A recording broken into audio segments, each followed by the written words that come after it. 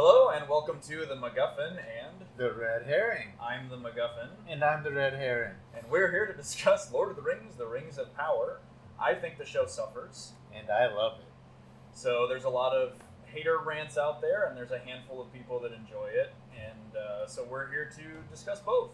Hope you like what we have to say, and if not, let us know in the comments. This week's episode of The MacGuffin and the Red Herring brought to you by Ye Old Gym, personal training and online fitness coaching. Find us on Instagram. It is one of the projects that, to be perfectly fair, I think should never have been made. But I am so glad that they did. It absolutely scratches all the itches for me. Is it perfect? No, obviously. Although I might go into hyperbole every once in a while just to annoy Lance. I will never go into hyperbole. Everything I say will be 100% accurate. Interesting. Thanks for watching. Leave your thoughts, because it is a discussion. I would love to hear more people's thoughts, even though our thoughts are the best. Of course, yeah. And that's part of why we're doing this. There's a lot of the negative, and there's a handful of the good. So we thought we would do both. Cheers. Cheers. Episode 1, Season 1, Episode 1. He has the first note about the episode, so he'll kick us off. So, I think having the first note on this is very telling about my position going into this episode, because I'm a long-time fan. I'm a fan of Tolkien and his kind of philosophy, his studies, and I think that some of the problem with the reception, the Rings of Power, comes from it is trying to check a lot of boxes. It only does some of them well. It doesn't meet certain people's expectations of what they were expecting to go into. From the get-go, I was very, very skeptical of this project because the Silmarillion is not something that should ever be adapted. This was a bad idea from the start. But I was curious because I love the world, I love Tolkien's philosophy, and so this opening, when I heard it, I knew what kind of show I was getting into, and I was instantly hooked because they started with the first line, "Nothing is evil in the beginning." And this whole opening has a lot of really subtle clues of this is what we're talking about. This is the kind of show it's going to be. I don't think it's the kind of show that would warrant $1 billion budget or pull in the views that they were hoping for. But when I heard that, I knew that we were going to be talking about myths. We were going to be talking about philosophy. In the beginning is like a call to biblical thinking, which we all know, like Tolkien was kind of a devout Catholic. Kind of a devout. Yeah, kind of a devout Catholic. But, you know, it gets to kind of the way that he viewed the world was like nothing is simple. Everything has a cause, an effect, and a long, long, long story behind it. And so we're in a land of poetry, myth. We're not going to be looking at plot points necessarily, even though it is a historic fiction. And I think a lot of people they were so either like, this doesn't happen in this era. They're not wrong. You're not wrong to think that. To give you a little bit of perspective on my viewing of properties, let's call it, and I told this to him the other day, you could tell me that Frodo went back in time and became Morgoth for all I care, as long as it makes sense in the property that you're developing. I just don't think that happens. And I think that he's absolutely right. There are a lot of things they were trying to do. I think they do them poorly. Carry on. But honestly,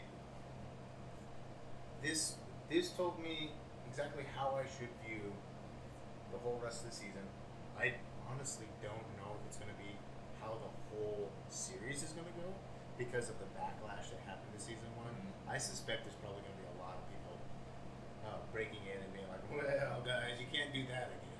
But this first season, I have to say, it set me up for, it's like, this is going to be exactly the show that you wanted it to be, Chris, and 10 other people in the world. And I was like, yes, awesome! I can't believe you guys spent $1 billion making my thing.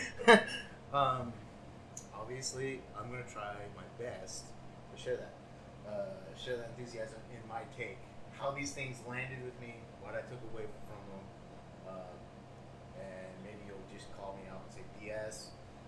Maybe you'll be able to look at it and be like, okay, I see what you're going for. Maybe it's not your cup of tea. Another thing that we focus on a lot in this, and it's across Tolkien's kind of like storytelling. We get a lot of just like real quick snippets of like his moral sensibilities, and one of the first things we see is Galadriel sitting by herself, which tells us a lot about her, but also gets to one of the first key points, which is isolation makes you susceptible to corruption, community, and it's really hard here because we have the other elf kids being kind of the antagonists. They're kind of being jerks to her. Yeah. But it sets us up to kind of show you, yes, peer pressure, bad. Isolation, bad. How do we come to the middle ground, which is a lot of his kind of like his points as well, where it's just like, things go to the extremes and it gets bad. You gotta find the sustainable middle, which that's kind of why we're here doing this too. Yeah. Yeah, so some of the things we learn about Galadriel in the first one is she's a thinker.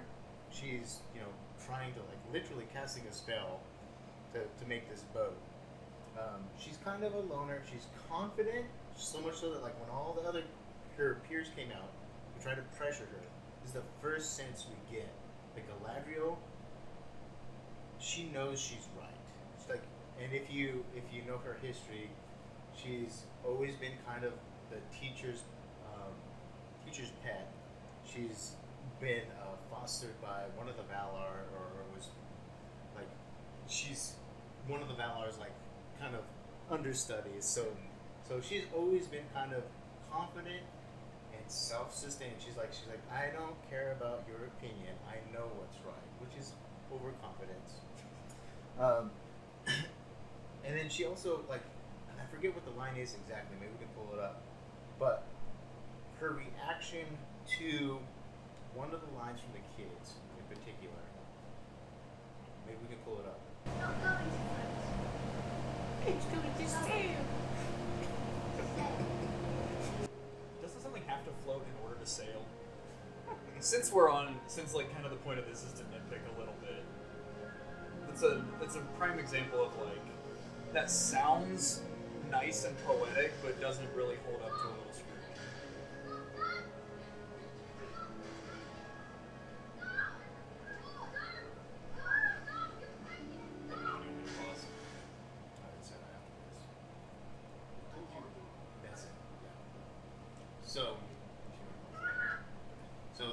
So that's the line. I told you it wouldn't float.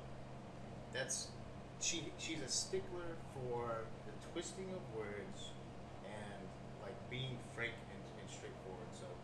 So she's very direct because she's so confident. But when her friend goes, I told you it wouldn't float, he's the one who just sunk it. Yeah. It's clearly a twisting of the narrative. It's not being completely barefaced. Yeah. It's like that deception, that kind of like twistiness. She has an innate disposition towards it, and we learned that that's her soft spot. That's gonna get under her skin every time. So, yeah. Also, super tinfoil hat time. Right here in the first sequence. I have tinfoil if you want to look. Yes. Should we do that? Yeah.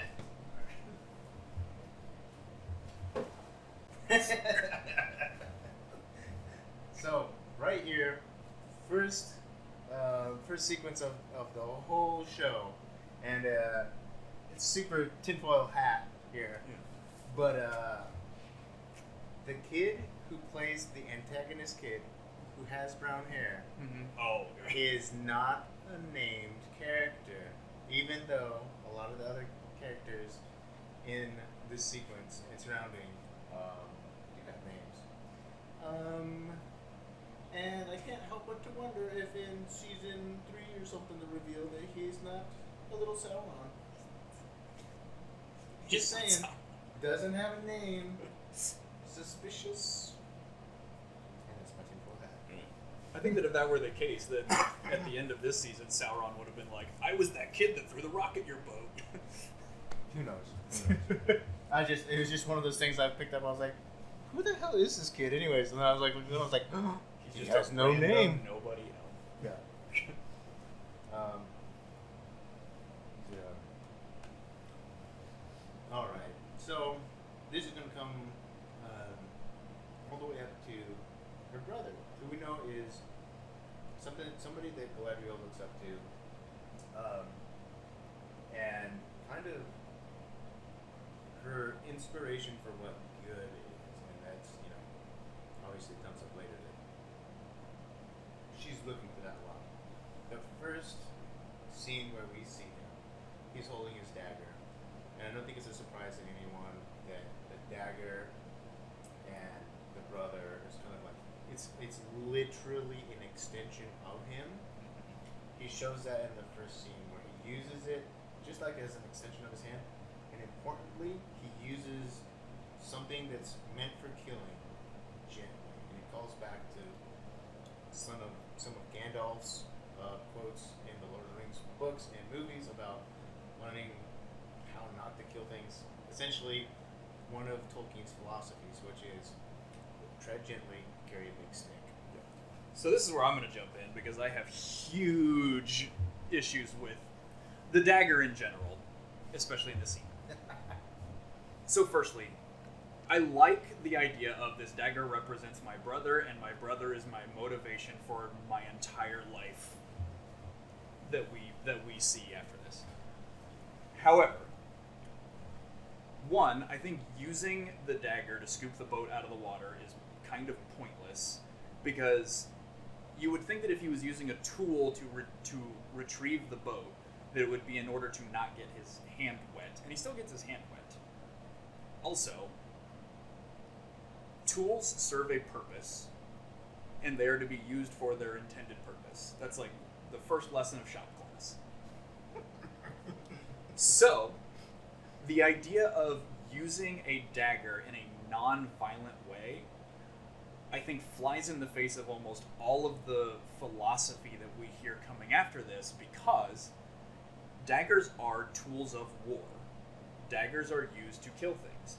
And she says we had no word for death, which means that in Valinor there should be no reason to have a dagger. It's not a kitchen knife. It's not used for cutting vegetables. It's not used for hemming clothes or whatever. It is a tool designed for killing, and they do not kill in Valinor. They've never hunted. They've never filleted a fish. They have no word for death. So a dagger should not even exist on this continent. And if you are world building, you need to be aware of details like that. I think that's a great observation. I think that there's probably a million excuses that we could come up with for why it's there. It's not shown in the show though. Yeah, I think that's. I mean, if they had like a throwaway line to justify why they had daggers in this age of no war, no violence. To me, it's a moot point for the greater, poetic point that they're trying to make, which is this is kind of the crux of the difference of viewings that I think a lot of people have. And it's like, Yeah. you're right, Yeah. but I know. also like that's not how this was meant to be viewed. I don't think. But I also, and again, this is maybe a personal thing. I don't like poetry for the sake of poetry. I like poetry, but it needs to function toward something. And I think that if poetry prevents you from proper world building, then you need to revisit your poetry so that it fits your proper world building. And we will touch back on the dagger later because a lot. But specifically in regard to what it represents as far as her brother, because that'll come up pretty shortly. That's it for me on the dagger. Where do you go from there?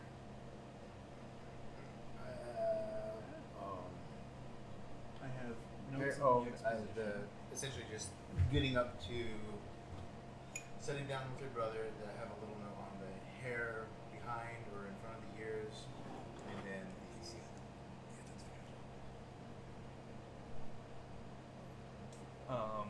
hair behind the ears. Yeah, I don't have anything about hair behind the ears, so talk about hair behind the ears all you want. I'm gonna have a cracker. so.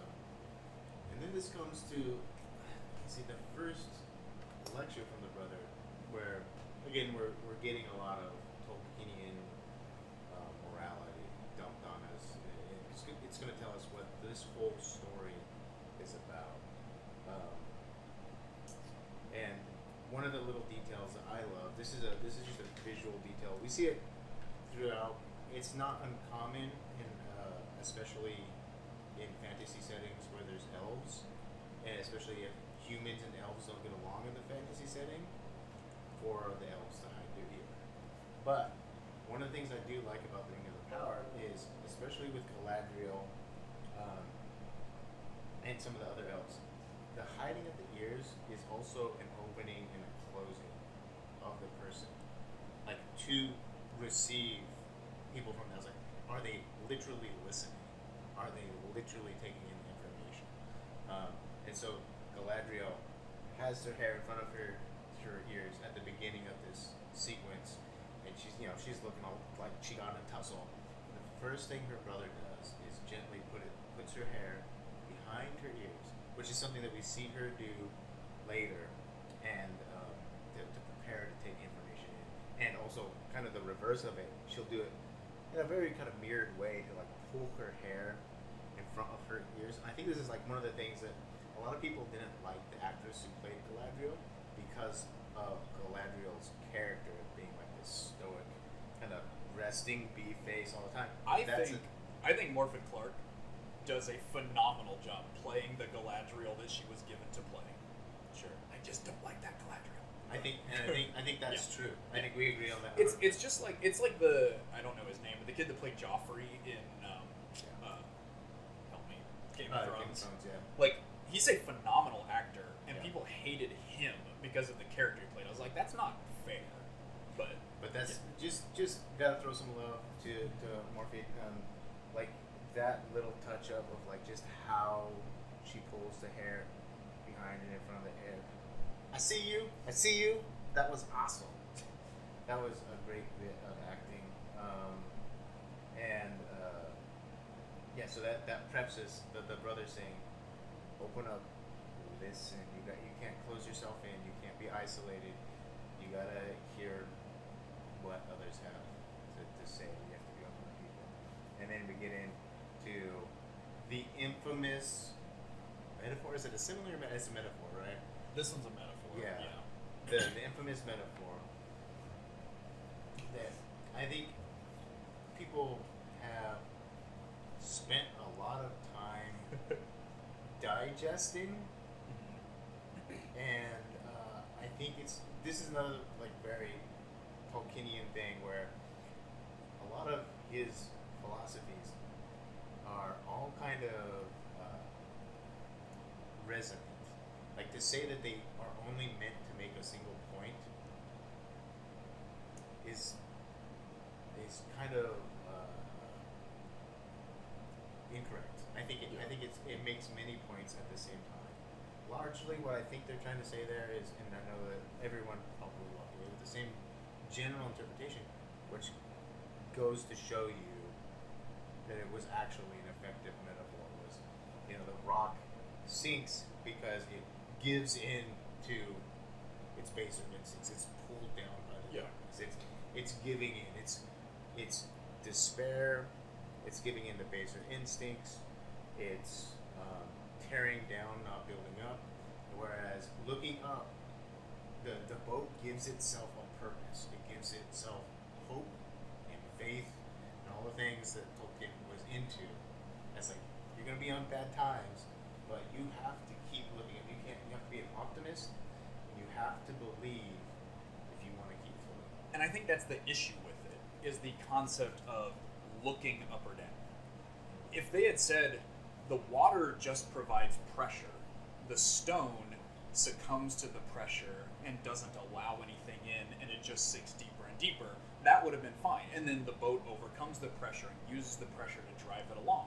That would make more, that functions and still makes the point. But is it poetic? But that's not the That's the point. but again, poetry for the sake of poetry. Good metaphors. Practicality for the sake of practicality. Metaphors use something that is true and is known to explain something that is true but is not known or understood. Yeah. So, true and known. Rocks don't look up or down. Boats don't look Rocks up or down. sink. That's not something that is true. Rocks but sink, though. rocks do succumb to pressure. They're too dense to allow the pressure to support them, so they sink. I They think don't would look say, down. I don't think they would say They don't in look down. this poetry setting they wouldn't use pressure. So you and, need like, to find a physics. way to make your poetry better. That's Okay. what I'm saying. Is start with what makes sense and then find a way to make it poetic. Don't start with poetry and then shoehorn in a lesson. I think I beg to differ. I think it's they took something that is known, boats float, rocks sink, and But then they the reason built boats onto float it. and rocks sink is not because they look up and down. That's No, where but you need that's, the but that's the poetry. That's the kind of like we know that boats float, we know that rocks sink. How do we encapsulate the full philosophy here? It's making a choice to look up. It's in a sense making a choice to sink. When you give up, when you despair, you're making a choice not. So the choice isn't looking up or looking down. The choice But is don't succumb or overcome. Yeah, but you The, look. the you choice look is succumb or overcome. Yeah, you. It's not. Yes, but the act of looking is a conscious, active. So thing. separate that. Say don't succumb to the pressure, overcome the pressure, and keep your chin up at the horizon or something. You can transition into I think. the point that you're trying to make. Yeah, and I think like. Okay, I'm like okay. You can come up. There's a billion metaphors I could have used. This one works for what they were doing. There's a billion I got it. metaphors that a team of professional writers with the biggest budget in television history couldn't come up with. I think it worked. I- Everyone got the point. Everyone got the point. Yeah. But the point isn't did you get the point? The point is did it work along the way? Like Yeah, I think so. And I think later on it's needed to be this metaphor for a bunch of other points along the way. so again, you need to find a better way to make those points with this metaphor, or find a Right, better right. metaphor to make the points. Why if it's working? I think it's working, and I think that they kind of like Just because something works doesn't mean it's good. well, so there's so much gray room there though between like is it good and is it working because we're talking about making so to get to that point like this show was trying to appeal to so many different types of people. It's kind of that Shakespeare problem where, and we saw this in a lot of TV in this era.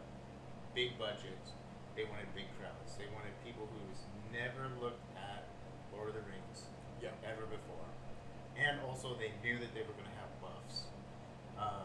They were going to be coming in and looking at this and being critical of it. And so I think trying to get anything that works on this is kind of like it's like shooting a rocket into space. This is such a big endeavor what you guys set out to do. The fact that it works at all is kind of impressive. But I don't think it's the best. I don't think it's the best for niches for sure. But I think it works and that's impressive. I think they tried to appeal to a broad audience, which caused them to not appeal to any audience. Game of Thrones didn't try to appeal to a broad audience. They tried to write a good story. in the first few seasons they did, and had the biggest audience in history, effectively. This only like 30% of the people that started it finished it. Yeah. So clearly, what they did didn't work. Yeah, and I think that criticism is definitely more valid in the later episodes. Yeah. I think the first 2 episodes to me, like again, I came in blind. Yeah. I was excited for the project, but I was pretty sure it was going to be terrible. The first episode made me giddy. I was so excited for the second episode after I watched this first episode, and then the second episode, that was just a continuation of that high. I was like, this is phenomenal. This is exactly what I was hoping it would be, but very doubtful that it would be.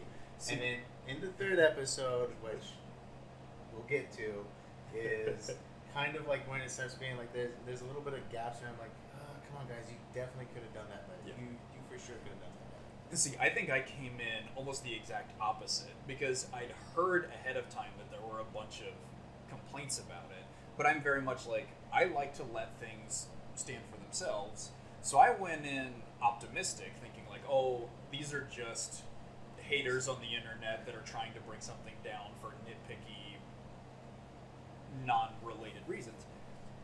And then like the first episode, as I was watching it, there were a lot of these points that I'm making now where I was like, that just felt like it could have been better. That just felt like it could have been better. Okay, that was really bad. That felt like it could have been better. Oh, that wasn't horrible. That felt like it could have been better. And so at the end of the first episode, I was like, this isn't as good as I'd hoped it would be. And then that just went further and further downhill the longer and longer it went on. So I came in hopeful and lost that. It was kind of like when Star Wars Episode 7 went in, and you hear the music and you see the letters scrolling across the screen, and I was like, this is great, I'm so excited. And then I was disappointed as soon as the letters were off the screen till the end of the movie. It's like, I just...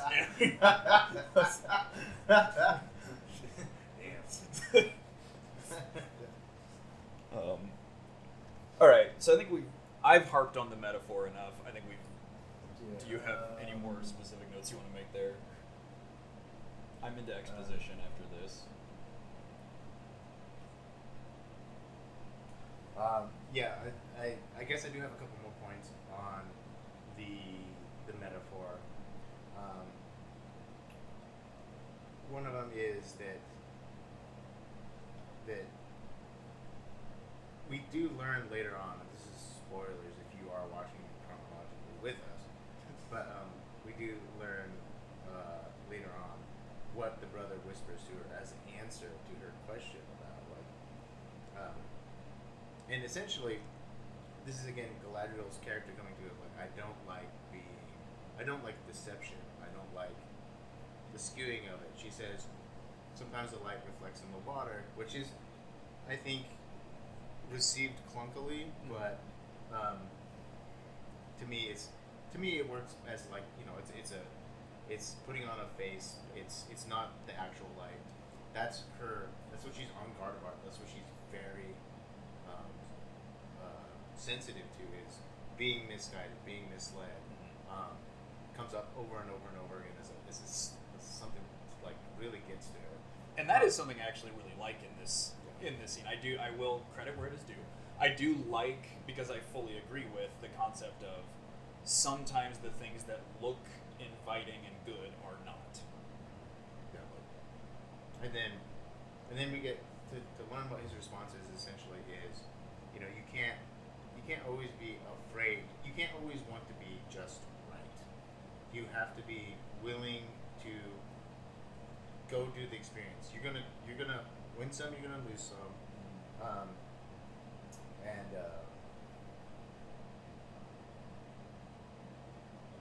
Just looking through my notes here. Cut this out. Yeah. But Now I'm going to leave every time you hesitate in, and I'm going to make me look super articulate. Clearly, I know what I'm talking about. But essentially, the tilde of his response and all of the meaning behind it is we learn from our failures, and which sets up nicely redemption arcs are going to be a thing in this whole series. I think we haven't even began to touch on it. I think Galadriel's redemption arc happens in like season 3. I think we're watching her on her way down, and she kind of at the end of this season, she thinks that she's a better person, but really she's about to have one of the biggest failures. It's kind of the hero's journey. She's about to have her biggest failure at the beginning of season 2. I think that's what my reading, my projection of it is like she's about to have some of her biggest failures in season 2, and her redemption arc really doesn't happen until season 3. Who knows? Maybe they'll change it up in the comments. But also, She denies another character his redemption potential is all I'm saying, but we'll jump Wow. off that bridge when we get to it. I was gonna say like, and that's another thing that we get to is it sets up your expectations for redemption arcs kind of across the board. So you're constantly looking for them. One thing that this show does really well is, and I think it drives a lot of people nuts actually, but also it's one of those things. It's meant to appeal to a lot of to get to your point. Like, Yeah. One of the things that they did to try to appeal to more people was make it mysterious. Put it inside the mystery box. Yeah, and sometimes that works, and this time it didn't. Yeah, I think that it, in theory, it ought to have worked for the Tolkien fans because they're like, oh, what is this new story? Like, this is a nice spin on it. Yeah. And for the sitcom viewers, they go like, oh man, where is this going? Who's the good guy? Who's the bad guy? Yeah. But I think Galadriel's the bad guy for the record. yeah, well, I mean, like at the end of season 2, definitely the bad guy. But the thing that like I think it hurts. I think it hurts the execution of this story a lot more than it helps. Yeah. I don't think it brought in. If there's one thing I hope they do away with, I hope season 1 was the season of the mystery box, and then we can go back to just like establish, like we know who these characters are now. Like let's just, can you just do cool stuff with, like I don't want to just have cool plot points. I don't want everything to be, battle sequences and cool speeches and stuff. But I think the mystery box to bring people in was ineffective, and Yeah. and this goes to the redemption arc. One of the things I'll bring up later whenever we introduce Sauron is it's so confusing whether or not he's a redeemed character, he's on his redemption arc, Yeah. or if he's just a mastermind 4D chess player. And that's one of those things that like so many people were just confused about Yeah. while they're watching it. It doesn't even matter. It had that Daenerys Targaryen effect where it's Yeah. like, I mean, Why did she suddenly burn down a city? Yeah, and if you know what's going on underneath, you're like, of course she burned down. This is where the whole story's been going the whole time. Yeah. But like, But there most- needed to be better build up because it feels like it just flips a switch for the sake of flipping a switch. And that's something like I am fully in the camp of Sauron is trying to be redeemed and a better person, and Galadriel is the reason he does not get redeemed and become a better person. Which- And that's something we'll again touch on in more detail Very soon. later. Yeah. Yeah, I'm very much on the opposite end because there's definitely two reads, but we'll get to that in a bit. All right. Do you have anything before the big exposition dumps? There are times I think it works. I think it works in the Lord of the Rings movies. It works in some of the Star Wars movies. But in general, I think that if you can do something in the story, you should do it in the story instead of telling a narrative about what happened. And honestly, I think that most of what we get shown in this expo dump could have been in kind of like a clip montage or whatever, or if the exposition had been better written, maybe I wouldn't have cared so much. But I have specifically here it's too much. Oh, I say right here. I think it's too much. It could have been streamlined. So I think that's my biggest thing. Is like, had it made more points and been less flowery and poetic, which is going to be a theme, then then I think it maybe could have worked better. But one of the lines I have specifically written down is she's talking about her brother is hunting Sauron. And she says, but Sauron found him first. And that feels a little too there's a lot of things where I feel like they just copy-pasted from Lord of the Rings into this so that it felt like Lord of the Rings. And again, it's the same issue I have with like Star Wars Episode 7, is it's just Episode 4 all over again. So I think that I understand the idea of trying to use things people are familiar with in order to draw the connection, but you have to be careful about how you do it, because otherwise it's jarring to people like me and takes me out when you use a direct quote like this, because Gandalf says that he was looking for Gollum, but the enemy found him first. So the exact line of "but Sauron found him first" to me is like, oh, I know exactly what you're doing, and I don't, and it feels like you're trying too hard to connect these things. So I have a point actually on that line, Mhm. because it does. We've been introduced to a couple of times here, but there's the kind of flowery poetic language that especially Gandalf uses. It's kind of like mirroring statements, and I know that this is an actual technique, writing technique, but I forget what it's called. But like saying one thing and then rearranging the words to have the meaning kind of like it's kind of a reflective and kind of what's the word I'm looking for? It has a lot of duality, which is very prevalent in a lot of Tolkien's work. It's like there's two opposing forces constantly working against each other, Yeah. and so that kind of like I really liked that line in there actually, because it was so Lord of the Rings. I get it. I know that there's a lot of things, and we'll get to this later, that like when I first watched it, I had kind of the same like gut reactions, but when I analyzed what I was reacting to, like just for my own sake, I was reacting to the state of media as a whole. Like I was like, don't MCUify my elves. But it's not that the stuff on the paper was wrong. It's the fact that I was like, oh god, don't make all the elves Chris Pratt, man. I don't want that. Like, but that reaction, not connected to what was actually there. That was me reacting to the state of the industry. But the other thing that I did really like about this, and this is an important plot point,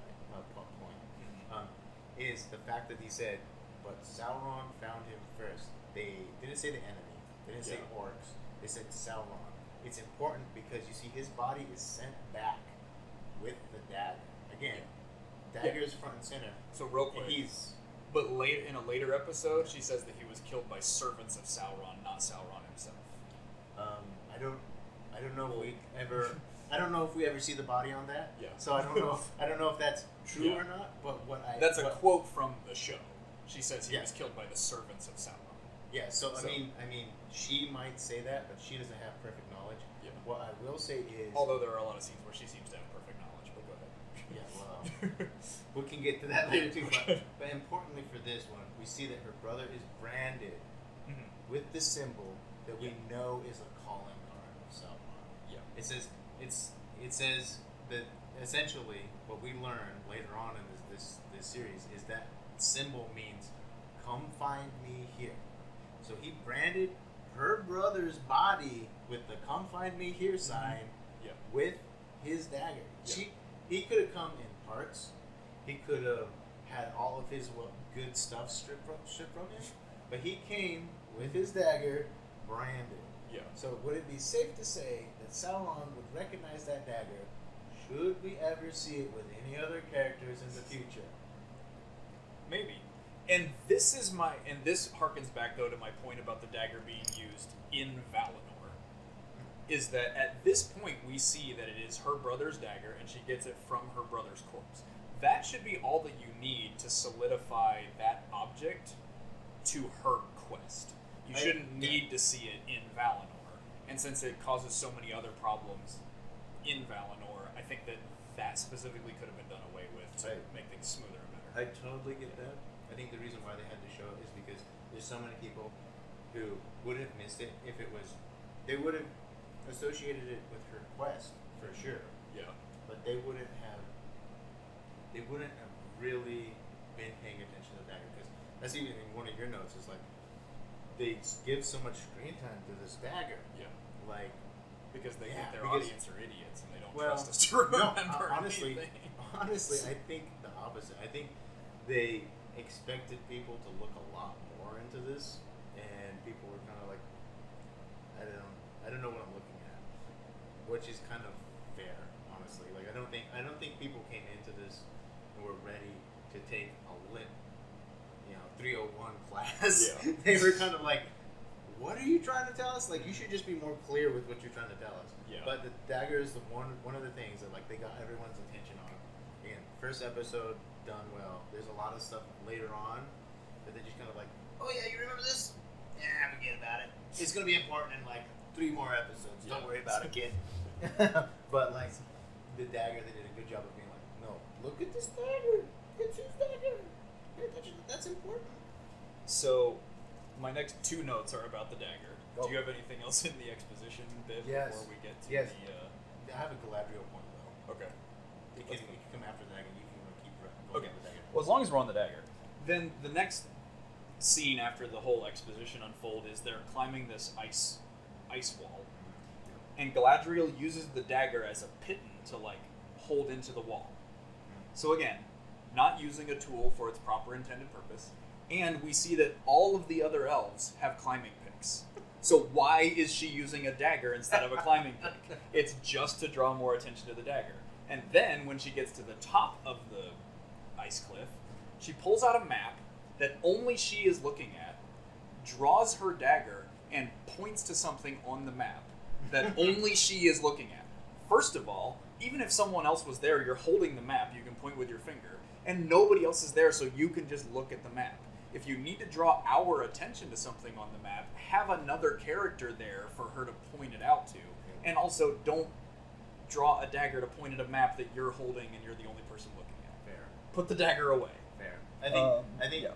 here's what I took that as is like now it's an extension of her, but I think this is a perfect example of your kind of position where it's like you can figure out a better way to say this. Yeah. Like having her climbing up the cliff using the dagger instead of climbing tools. Yeah, that's a powerful way to show. Yeah, this dagger is like literally her third arm at this point. Like she's really in tune with it. She uses it for everything, but like at the same time, we could do that better. Yeah. Yeah.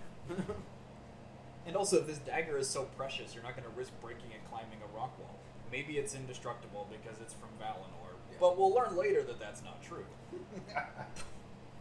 You had a Galadriel point. I did have a Galadriel point on the end of the exposition here, or I guess it's really right at the beginning of the exposition, where she says we thought we had all the time in the world. We thought we had eternity. I forget the exact quote. Do you want We to thought look we for- thought our joy would be unending. Yeah, we thought our joys would be unending. Yeah. There's like a line before that or after that as well, but essentially the meaning behind that line is we thought we had forever, and we thought we had it good. We thought the good times would never end. And that plays to Galadriel's kind of her sense of urgency going forward, where she's got such a raw spot for like complacency. Like she's a creature of action because she's like, yeah, we thought we had it good. We were caught off guard once before. Like never again. That's where her mind is. Her mind is in constant. If she was a D&D character, she would be a barbarian because she has, she has the danger sense constantly. She can't. She doesn't. She never goes into REM sleep. Like she's just. Well, do elves need to sleep? In this world, yes. In this world, no. No. But it's one of those things that's like, okay, that was a really nice touch, I thought. To be like, kind of setting up her character. And she's to me, I'm glad that they portrayed her as a badass. I think it rubbed a lot of people the wrong way. She's not a warm character. She's not, air quotes, a likable character. I feel a lot of sympathy for her when I watch her, especially seeing this first sequence. I don't think everyone like. She's so cold most of the screen time that we see her. I'm glad that we at least know why she's such a hardened vet. Yeah. Because that gives me that's the pity, that's the purpose that I understand her character through for the rest of the thing. And everyone else just says, why is she always so harsh? She has a lot of points, and it's all made here in this first sequence. It's easy to forget. We're She reminded has 1 point. Sauron killed my brother. no. Yeah. No, she says we were all taken off guard. Mhm. And we can't be complacent. Like she looks But she says, like, my brother's quest became mine when she takes the dagger. Mhm. So the only thing that spurs her is her brother. Before her brother died, she had no place in helping her people fight the war. well. By what we're shown here. This is what we're shown here. Yeah, because we see her brother fighting, but we don't really see her Yeah. fighting. That's honestly fine with me. Like, I don't know. I'm not bothered by it, but like, it's not the sole purpose for her. I never took it as her sole driving force. She wants the greater good. She knows what's right. That's her inner monologue speaking. Yeah. She's not convinced that her peers are. See, that's another thing. Is like a lot of people buy into that elves are infallible, but Galadriel knows, as we've seen, Yeah. elves are definitely fallible Mhm. too. And so she's like, I can't be complacent. We have to be on guard because evil is everywhere. Yeah. And that corruption, this story touches a lot on how close we all we're all susceptible to corruption. So corruption can happen everywhere. It can eke in from any place, and we have to constantly be on guard and working it back. And it can oftentimes catch you off guard. It can sneak up on you. And it's funny because this character who is so self-righteous, she's got this blind spot to herself. Yeah. And that's her And foil. I don't have it. I don't know where I have it, but somewhere in here in my notes, I do have that Nietzsche quote about like one must take care when hunting monsters lest he become the thing he hunts, Yes. and that's exactly where I think Galadriel gets, and I think that's why Gilgalad sends her away later. 'Cause he's Yes. like, you're the monster that you're telling us all we need to be worried about. I mean, I think he says that even Yeah. explicitly. But We'll get to that later. Speaking of Galadriel being a badass, that I think is an issue that I have too, where it feels like she's so much better than everyone else that everyone else is just incompetent. Like, it's not that she's so good; it's that everyone else is so terrible. And we kind of get to that. I'm jumping a little bit ahead in my notes here. But when they fight the like frost troll in the cave, there's like 6 elves that are just getting their butts handed to themselves by this thing, and then she comes and kills it and barely like bats an eye. And then also I have a note about the dagger there because she already has a sword drawn, but she chooses to finish the troll off with the dagger instead. yeah, maybe it's personal. Yeah, like, so that's a note about Galadriel being a badass. I have notes from earlier than the troll, though. Do you have any? What's your next No, note? Oh.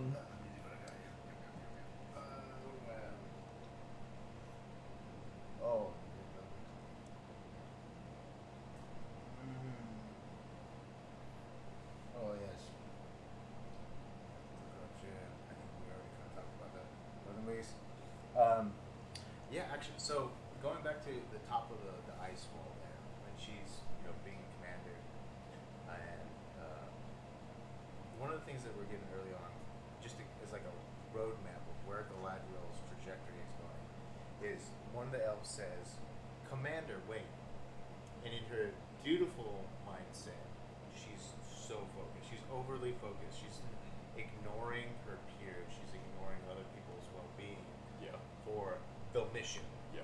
But when someone uses her name, Galadriel, stop. Yeah.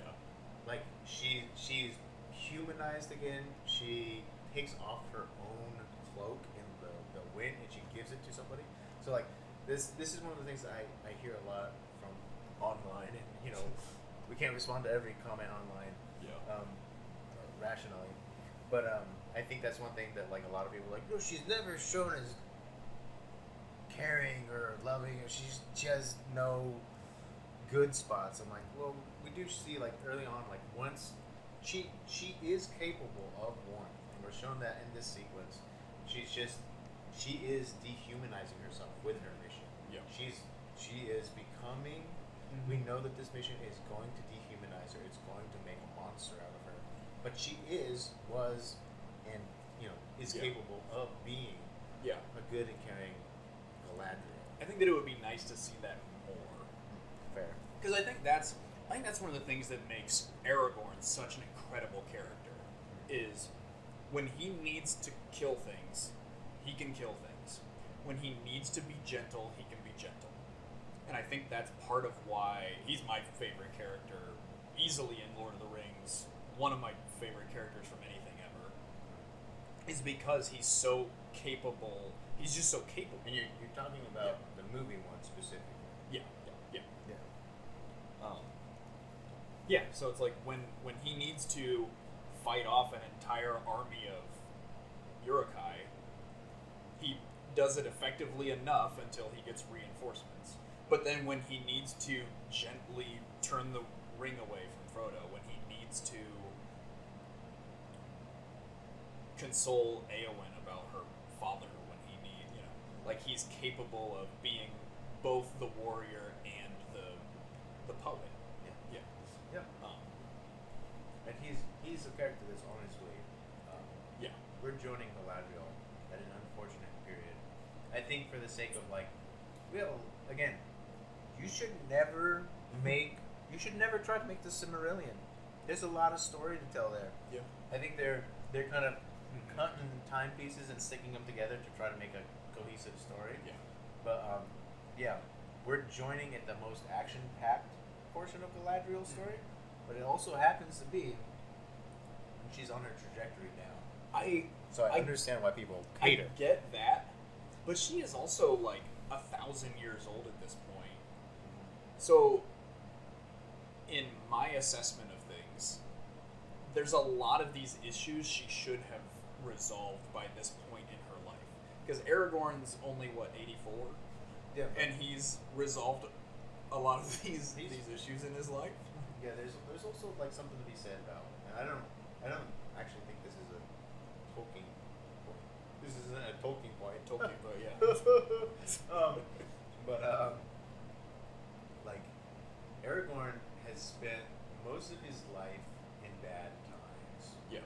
and so he's very, at least in the movies, like especially, and the book Aragorn is a character for a different time, but the movies Aragorn, we know that he's been through it. Yeah. So it's kind of like the quote from the brother a little bit, in that like you have to kind of spend some time in the darkness to appreciate the good. You have to. But and she spent like 1,000 years in the darkness. Well, How long does she need before she starts she progressing spent forward? a lot of time in perfect suburbia too. Yeah. So maybe she's a little So- arrested development. So again, we kind of agreed we weren't going to use external sources to justify things that happen in this. Yeah. But in external sources, she's in Valinor for like 140 years before she comes to Middle Earth. Yeah. And at this point, she's been in Middle Earth for a few hundred, if not 1,000 years, depending on which quote we pull from Yeah. So from the show at this point. yeah. So again, I feel like she's had, and the fact that it's been so long is actually kind of my next point. No, I got a few points before that. Okay, go for it. First one, holding a torch in front of your eyes blinds you. Don't do that. The fact that they're like marching with their torches out, and they're so, And also, I hate this new, everybody thinks putting a sword over your forearm looks cool, so people use it as a guard thing. If you have a threat, that should be your furthest forward thing, or you should have a shield out front to protect yourself. They did it in The Witcher, too, where when he's fighting Renfri, and she, like, comes at him with the sword laid over her forearm. It's absurd. Don't do that. I do, it's called Harnischfechten, or SCA fighting, so like full armored combat. And so ineffective fight stuff, yeah, that's my current fighting rig back there. So ineffective combat stuff drives me bonkers. But anyway. Oh, and then her, she knows where to go in the fortress because she says it's colder than the rest. Again, just like, this one I'm a little less upset about, but again, it just feels like Galadriel. Nope. Gandalf. Jeez. The only name I had in my head was Ganondorf. I was like, that is not it. This is a Yes. The it's colder than the rest feels to me like Gandalf's. The air smells less foul when they're trying to figure out where to go in Moria. So again, it feels like they're trying to tie the things together with similar dialogue. That one I'm more on board with than some of the other ones. Galadriel's just better than everyone else. Oh, this is another example of like her having perfect knowledge. Like, she just knows that there's a doorway behind that wall of ice through that like 6-inch opening. I get that elves have better eyes, but she just walks up to it, instantly looks through where the hole is, and then just like punches a hole through the wall. So this is my takeaway of that moment. I think that's valid. I think it's valid because they don't spend a lot of time with it. Here's the thing, I don't think it's important. So that's probably why they didn't spend time with it. But what I took from it at a glance is that they have the rest of the architecture everywhere else, and this is like a smooth sheet of ice. And so that's like, it's honestly kind of like video game logic, where she looks around the room and she sees a smooth sheet of ice. That's different. Yeah. And she goes over there and she does a wall like, what the heck? And so it's kind of like one of those things. It's kind of video game logic where it's like, Yeah. that wall doesn't match the rest of the walls. So Yeah. that was my takeaway. Mhm. That's, in my mind, that's what justified it. Yeah. I also didn't really I didn't care. I did not come up on Yeah. my mind as like super important. And I have in my notes here, like, this one is honestly not that big of a deal. Yep. But Galadriel does just be right all of the time, and this is just an example. I can forgive it on rare usage, but throughout this, it's too consistent. And that's my thing, is a lot of the things that I have issues with, if it only happened once, okay, you needed to progress the story, sometimes you have to just do something to move forward. But when it feels like that's your only way of telling the story, that's where I start getting hung up. I think that's fair. It would have shown a little more fellowship. I think she gets a little bit of fellowship with the red-haired elf. It seems like he's just her second in command, because they're close, and he's the one who's always kind of like, so the guys aren't really on board with this. Yeah. But I think they could have done a little bit more to, especially her second in command, if they made him a little bit more competent. But this is where I get defensive about it, because I do see a lot of people bring up that point, Yeah. and they harp on how good Galadriel is, and it's I have to be defensive about it because well, I don't have to, but I hear so much outrage about it, but honestly, we have so many action heroes in all of media who do exactly this. Like, you Yeah. could just go watch The Mummy and see how often, like, Brendan Fraser, or I'm forgetting your name, but the sister, are just always right, and everyone else around them is just there to kind of like, Yeah, but also in that, like, they are archaeologists, and the other people around them Yeah. are like her dumb brother who just has money and funds expeditions. So, but, that's a specific example, but I Yeah. mean, just like in the monolith of media. Yeah. We have a lot of. Yeah. You can censor this. Badasses. We have a lot of badasses in our media who are just the best. Mm-hmm. So, and Galadriel is supposed to be one of the best. I think. So whenever people get butthurt that she's the best, I'm always like, I just gotta call BS on that. I get that it's annoying. I wish that they would have given some of the other elves a little bit more competence. Her second command is the closest to it. When they do the little basketball special, and they're doing a joint maneuver. I'm like, that's kind of the closest we get to seeing a lot of competence. Yeah. So And I wish again- they did more. Yeah. But And again, I think that's the issue. It's not that she's so good, it's that everyone else has to be so terrible so that she can be so good.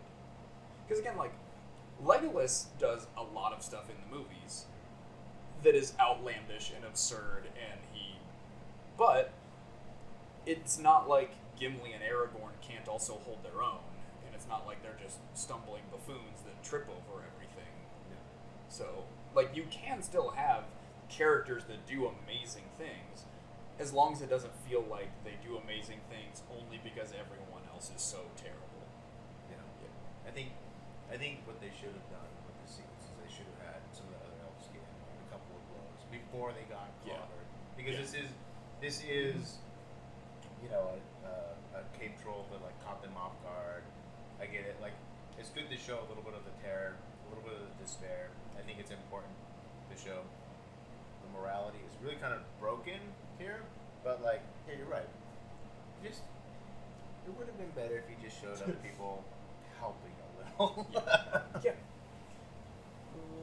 All right. My next note is about the mark. Okay.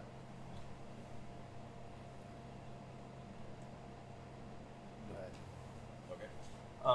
So I said the mark is centuries old. Galadriel, the reason that people don't listen to her is because she's too zealous to convince people that she's right. And I make the comparison. I make a metaphor that I think actually holds water.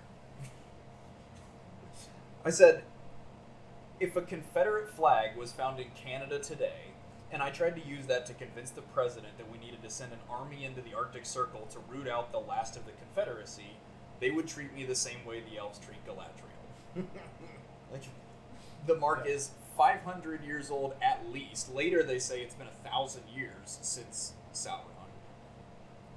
So, just because she is right doesn't mean that she is free of the burden of proof. She still needs to bring more evidence than I found a 500-year-old mark in a temple in a wasteland. Yep. Yeah, that's the crux of that whole sequence. Is we really get a sense that, and again, I saw that as good storytelling because we really get a sense that Galadriel is kind of off of her rocker. She's, like you said, so zealous. She's too much in the mission. She again is overconfident. She knows she's right. She doesn't need to prove it to anybody else because honestly, she doesn't trust anybody else. But she does need to prove it to everybody else because she keeps asking them to send her help and reinforcements on this personal vendetta. She does in a very practical sense. Yeah. But in her own mind, from her character's perspective, no, she doesn't. She expects other people to just respect that she's got this authority. And we call those narcissists in the modern world. Well, yeah. I don't think Galadriel's a narcissist, but she's definitely self-righteous, and she's definitely a know-it-all. And so these are character flaws. I think they show it very well there, and I think Gil-galad is exactly that's his name, right? Gil-galad? The king. Yeah, is right in his assessment of her. And we get to share that moment with Elrond and Gil-galad. I think that is a good way to tell us, yes, your interpretation of what you're seeing is correct. Yep. Galadriel is off her rocker. This is good for her. It's that scene where the chief of police goes, I need your badge. You need to go Yeah. take a month off. Yeah. And then the cop goes, I'll solve it myself. Yeah. That's exactly what she does. Yeah. Yeah, that's fair.